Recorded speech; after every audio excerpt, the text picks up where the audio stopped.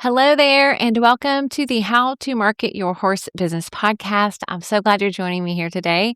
As you've likely guessed by now, my name is Denise Alvarez. I get to host you here on this podcast. And before we dive into a fun episode, and the reason I say fun is because I personally think it's fun to take things that you may not expect to learn from and turn it into a really good learning opportunity to help you with your horse business. So we're going to do that today. But before we do, I will quickly introduce myself just in case we're new friends, and then we'll dive right in.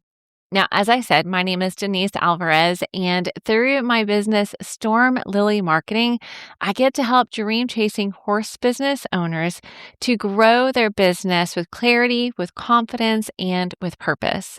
Now, I primarily do this through business coaching, and then I have some education, such as this podcast, and some online learning resources for you all as well. Now, all that I do, friends, truly is so that you, as an equestrian entrepreneur, can do more of what it is that you love to do. So whether you are a photographer, whether you are a trainer, whether you provide lessons or training or you craft gear, however it is you're serving the equine industry as an entrepreneur, my heart is to help you do more of those things that you love. So here on this podcast, we're going to do that today by diving into some lessons that you can learn about selling from The Greatest Showman. Now, stick with me, okay? Whether you've seen the movie or not, I'm going to tell you about just a particular scene that inspired me to create this podcast for you. Now, as I said, I do think it's fun to learn. I'm just a lifelong learner. That is my mindset. And so if you have not listened to the episode a couple weeks ago, I did another fun episode on things you can learn from Kenny Chesney and his new book. Again, always thinking through the lens of equine entrepreneurs. So I'll link to that episode in the show notes if you haven't yet listened. I would encourage you to listen to that one. And then today we're going to talk specifically about selling and what we can learn. But episode 200 was the Kenny Chesney episode.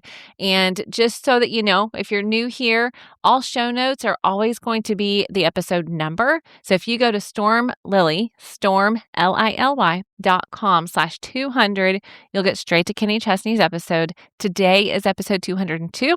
So if you want the highlights from today's conversation or any related links, you can go to stormlily.com/202. Okay, back to the good stuff. All right, so I was inspired to create this podcast episode for you as recently, I don't know, the past few months, we were watching The Greatest Showman in our home, and I noticed this particular scene, and in it, the way that P.T. Barnum was inviting someone to be a part of the circus was such a stellar example of how to not do sales and then how to do sales, the shift that he made. So just in case you're saying, Denise, I have not watched that movie, let me just tell you about this clip, and then I'm going to give you the practical application for your horse business. Okay, that's always my goal here, is that you walk away with something practically to help you in your business. Okay, so let's set the stage. All right. Now, The Greatest Showman is a story or a movie about the story of Barnum and Bailey Circus and how it very, very first started with P.T. Barnum. I'm not going into what's fact and what's not fact on the movie. If you care about that, 100% you can Google it. It is a great movie, in my opinion, either way. But what I want you to see is there is a moment where he is looking to bring someone in. He's just kind of coming up with this concept, and the movie, of course, of the circus and what it will be. And so I want you to see that, okay? So I'm just going to tell it to you. I wrote out notes so I could explain it well, okay? There's a little person that he wants to be in the circus. So he goes to his house. And at this point, you guys, it's nothing. Like, it's not something people are excited to be a part of. Like, he's struggling. This is kind of starts to be the turning point in the movie for him as he has this idea. And he goes to this person's house, and it's a young man. And on his way to the room, he notices a toy on the floor that is a toy soldier. So he goes to this young man, and at first, literally his first line is, I'm putting together a show and I need a star. That was his selling point. And the response he got was, you want people to laugh at me. And P.T. Barnum says, they'll be laughing anyway, kid. You might as well get paid. Which I realize sounds harsh, but look at it from a selling perspective as you listen to this. Okay, I'm going to pull some things out. And at that, the young man turns to walk away, closes the door behind him. But P.T. Barnum doesn't leave. Something shifts in his strategy and his approach. He gets specific and he paints a picture, a new reality, a new identity. And he says, I see a soldier, no, a general, riding across the stage with a sword and a gun and the most beautiful uniform ever made. People will come from all over the world, and when they see him, they won't laugh, they'll salute. And there's a moment of silence, and then the door opens, and the young man becomes one of the circus stars. Okay, yes, it's a movie, but we can learn from this, okay, when it comes to selling in your business. And when you look at selling, if you're like, Denise, ew, selling, stick with me. Because if you're making posts about openings in your program, if you're saying, hey, come and check out the barn and come for a free tour, all of those things are selling. Right? If you're a photographer and you're trying to get people to book a discovery call or to book their first session, those things are selling, okay? So there's something that you can learn in here today from this story. First, I want to pull out 2 mistakes that were made, okay? And these are mistakes that equine entrepreneurs are often making when it comes time to sell and make the ask. The first mistake is that it's self-focused. Here's what I mean. If you go back, what P.T. Barnum said in the first line was what? I'm putting together a show and I need a star. It was about himself. I'm putting together a show and I need a star. I bet you have either seen this or maybe perhaps done this in the past, or not even. What happens often is we don't realize we're doing it, okay? I see lots of posts, right, where it's, I have openings and it's about you, and you just don't even realize it in the copy and in your approach, right? I need these things. I have this opportunity. I have this horse. There's a lot of I statements that we oftentimes aren't even aware of. But here's what I want you to realize why that's a selling mistake. Your audience is not concerned with what you need or what you want when they're making a buying decision. We are generally, as a population, as a people group, concerned about ourselves, right? Not in a selfish way, but just our nature. And so they're asking, how does this benefit me? And he's going, I'm putting together a show. I need a star. And in your content, whether it is your website, whether it is your social media, or maybe it's even in-person conversations. I have certainly had conversations with equine professionals, being at different shows and expos and visiting booths, and you walk away with that feeling of, I don't think they asked anything to learn about me as their prospective customer, but I sure do know an awful lot about them. Right? So sometimes it's even in person, that feeling of the selling moment and the selling strategy being all about the business and all about the person versus all about the audience and the prospective customers. Okay, the second mistake that I often see and that I noticed here in The Greatest Showman was focusing on external motivation. Okay, so in this particular example, he used money as the motivator, thinking, well, that's what's going to get them. If they're going to be laughing anyway, you may as well get paid. And clearly that doesn't address the heart of what's going on, right? That identity piece. Now, let me say this because we're talking about sales. So of course you're going, but Denise, money is a factor when people are making a buying decision, right? And that is true, but it is not the only one. And it's typically not going to be the factor that helps you to build your business in a sustainable way, meaning it's built on relationships and it's built on connection and that people are loyal to you, not just because of the price. Okay. So when we think about buyer psychology, just to take you a little bit deeper on this, what they say happens is when we're making a decision, we actually first make a decision based on emotion, and then we back it up based on logic. Okay, so price can come into play in both of those, right? But it's not the only motivator. And the reality is when you're selling, when you're making an ask, if you focus only on the money piece, it's all about the price, then you're going to attract people who are also making decisions in that way. And what that means is when the price changes, they could be very quick to leave because they weren't here because they were loyal to you. They weren't here because they connected with your method, your philosophies. They trust you. They're here because of the price, right? And then they leave really quickly. Now, again, I realize that I'm talking to entrepreneurs that have a broad spectrum of services and products inside of the equine industry. So you may be listening to this saying, Denise, the things that I'm selling right now, they actually are really better marketed, focused on price. And I'm okay if people are making a decision that way because it's a commodity piece. And that's totally fine. Like there is not a right or wrong way.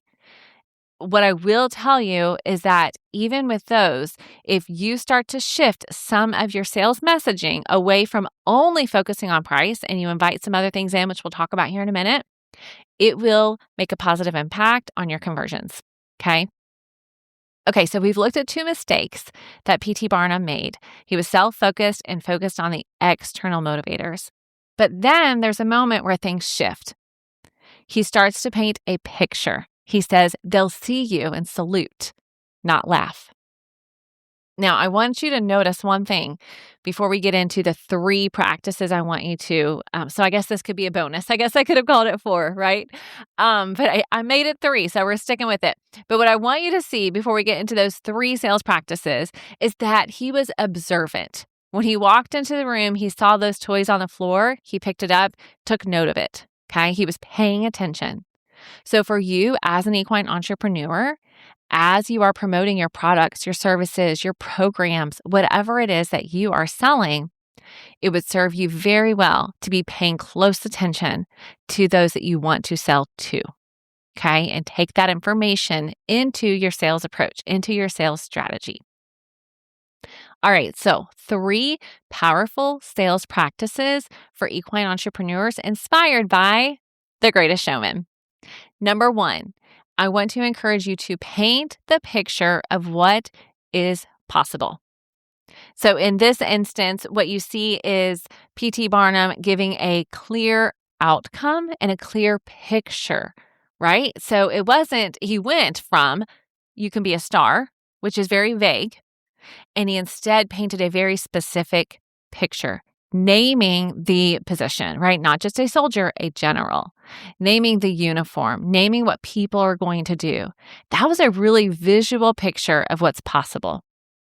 So for you, as you are selling, I want to invite you to paint the picture of what is possible when those potential clients and customers engage, when they buy, when they work with you, when they come to this retreat, when they attend this clinic.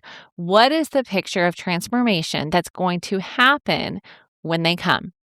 Give them a vision that they can catch. Now, as a reminder, not everyone will catch this vision, and that is okay. This piece can be really hard. I learned this myself last year as we've been getting Storm Lily Ranch off the ground.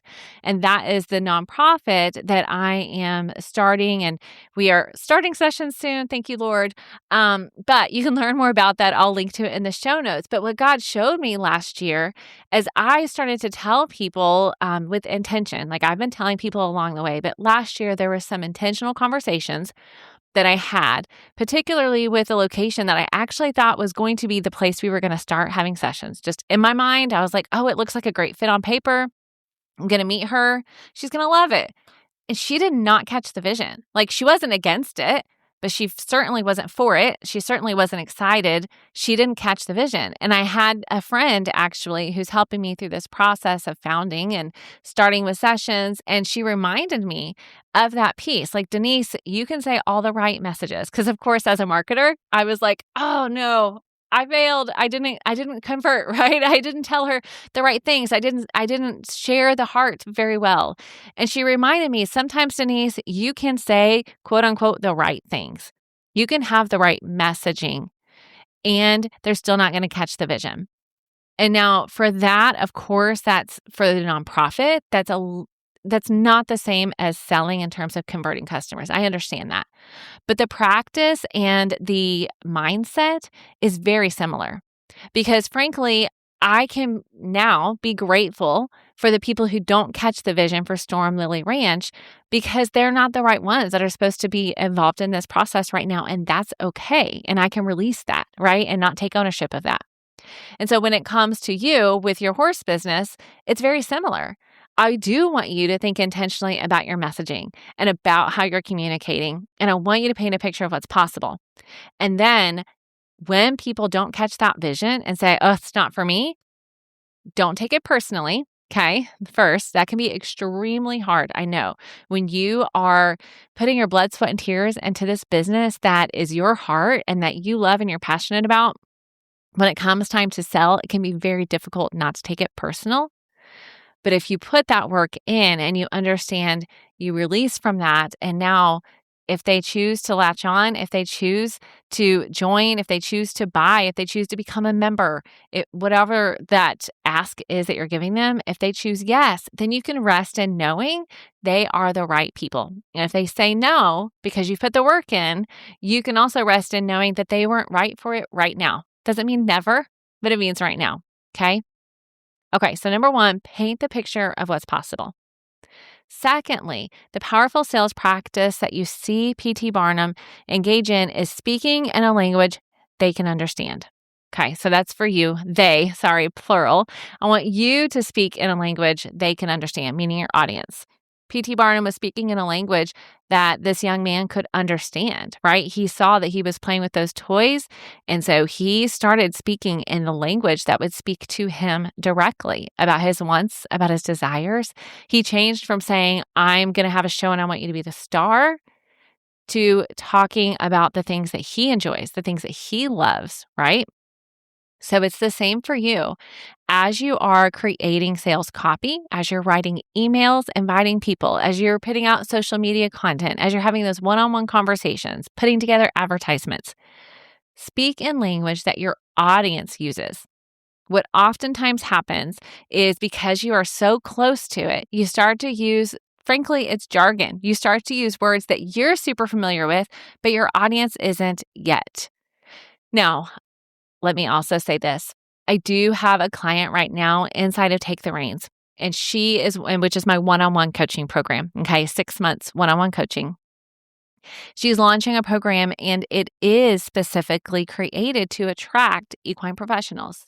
So we are intentionally using some of that jargon that they would use. But notice it seems like jargon, but it is because that's what her audience would use. Okay. So it doesn't mean never use your professional jargon, which is not it's an interesting word, isn't it? Doesn't mean never use professional jargon. What it does mean is use the words your clients and customers are used to using. Okay. Now, speaking of your language, I want to add to this a reminder. Use your voice as you do this more than you use the voice of ChatGPT. Constantly, we are using ChatGPT as a marketing assistant, which is great. Many of us are doing that. I am doing that for myself. It's very helpful. And if you're not careful, the cadence of ChatGPT is the same. Very much you can identify it. And if you're not careful, those little horsey antics that some people use, some people don't, but ChatGPT loves, those things start to show up as well. And you start just using whatever ChatGPT gives you because it's fast and easy. But you're losing your voice when you do that. Okay, you're losing also the language that your audience can understand, because when you use your voice and you use what you know about your people, then you can give specific examples that only your people would understand. Okay. So use ChatGPT as a tool, but be very careful that you don't allow it to take away your voice and the voice and understanding of your specific audience that you serve. Okay. Number 3, the third sales practice I want you to walk away with is to provide a clear call to action. Now, I will be honest, PT Barnum's clear call to action was a little bit vague. He just wants him to come, right? So I'm buffing this one up a little bit. I'm puffing this one up a little bit because I think it's so very important. And it's something that I often see missing when it comes to content created from equine entrepreneurs as they're in a promotion and as they're trying to sell something and launch a new product or service. There are questions that become unanswered. And one of those is, what do I do next? How do I do this? What is it you're wanting me to do? What is this so that or the so what answer to your content? Okay. So it could be as simple as DM me to get started, join the wait list, comment below for XYZ, book your first session here. All of those things would be clear calls to action.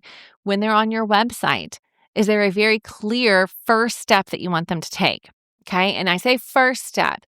Oftentimes it can be confusing because you're providing lots of different call to actions on a website and people aren't really sure which one to click on and where to go. So think about the very simple funnel, okay? Super simple sales funnel, super simple pathway, super simple journey, whatever word you like to hold on to there. What is the simplest version of that you want your clients and customers to take and then point them in that direction? Okay. Without a clear call to action, they could really connect with what you've created, with what you're offering, but they don't know what you want them to do next. They don't know what that next step is. And it's your job as a business owner, as the entrepreneur, to give them those next steps. Okay. Okay, friends, I've given you 2 common mistakes and 3 sales practices that if you begin to implement these for your year this year, then you are going to start to see a turnaround in your conversions. All right. Now I'm going to tell you one more thing before we jump off of here. If you are listening to this and realizing, okay, I actually have had kind of a haphazard approach to selling, but I'm realizing the importance of it. Or maybe you're listening and saying, Denise, okay, I hear you. I can see how this applies, but I just kind of sell as things come. I don't really plan how I'm going to sell. I just share openings. I post updates. I just let people know what's available. I hear you. And can I remind you that that is selling? Like all of those things is selling. Mentioning a program in your newsletter, answering messages about if you have any openings or availability, all of those things are selling, okay? And so that's why starting with a sales plan is so important, because if you're doing all of those things in a haphazard way, then you certainly risk getting to the end of 2026 and realizing that you didn't really sell exactly what you hoped you would because you didn't really have a plan or strategy to make it happen, okay? You've probably heard it before. If we aim at nothing, we hit it every time. Okay. So when it comes to sales, I want to help you with that. And so I've put together a brand new workshop called Sell with Confidence, a strategic 2026 sales planning workshop just for equine entrepreneurs. I would love to invite you to join me. It's going to be Thursday, January 29th, 2026. All right. It's going to be 90 minutes together. It is a working session. Together, I'm going to help you map out your sales calendar in a way that's aligned with your offers, your seasons, and your capacity. Because oftentimes for you, I know that selling can feel reactive, right? Cue those 10 p.m. late night posts or sending out that email as quick as possible because the sale already started or because the launch already began or because you need to make some money, right? All those things are valid. And I applaud you for taking action. Like there's something to be said for those of you who are doing that. You're doing the work. My goal, my hope is to help you do the work from a place of alignment, to do the work from a place of knowing I've got a plan. And so I don't have to be super reactive. I know when I'm going to have this certain promotion. I know when this holiday is coming up. I know when my really busy season is. I've mapped it out. And so you can be strategic about when you're going to sell things. That's what we're going to do inside of Sell with Confidence. We're going to take what you're already doing and we're going to give it a thoughtful plan. So if you head over to stormlily.com/sales, you can get registered to join, sign up, and save your seat. All of those things, the very clear call to action, okay, is go to stormlily.com/sales. And from there, you can register and I will get you the private Zoom link and we're all going to meet up on Zoom. It will be a working session. So I'm going to guide you through a process. I'm going to teach some things to you, give you some templates, and we are going to map it out together so that you walk away from this session truly with some clarity. Okay. So if you have any questions about that, of course, at any time, you are welcome to shoot me an email, denise@stormlily.com. I'd love to help you figure out if this is a good fit for you. I truly believe it is. To be honest, I really believe that every one of you listening, whatever your business is in the equine industry, would benefit from looking at the year as a whole and determining what you want to do moving forward. Now, let me remind you, there is grace and space for adjusting. So this is not a permanent marker plan that never gets changed, okay? But what this does is keep you from reacting to everything that happens left and right all year without a strategy in place, okay? All right, friends, I'm so glad you were here. If this episode was helpful to you, if you were inspired by it, if you've learned something new, something you're going to start applying in your business, I would be so grateful if you would leave a review and share it with a friend. Those things truly do help get this podcast out so that we can help more equine entrepreneurs. What I told you in the beginning is still true. My heart is to help you do what it is that you love to do in the industry. And so the more people that can listen to this, the more can get equipped to do that and create the equine business of their own dreams. So please share with a friend and continue to come back here. I have a new friend for you to meet on the podcast next week. It's going to be so fun.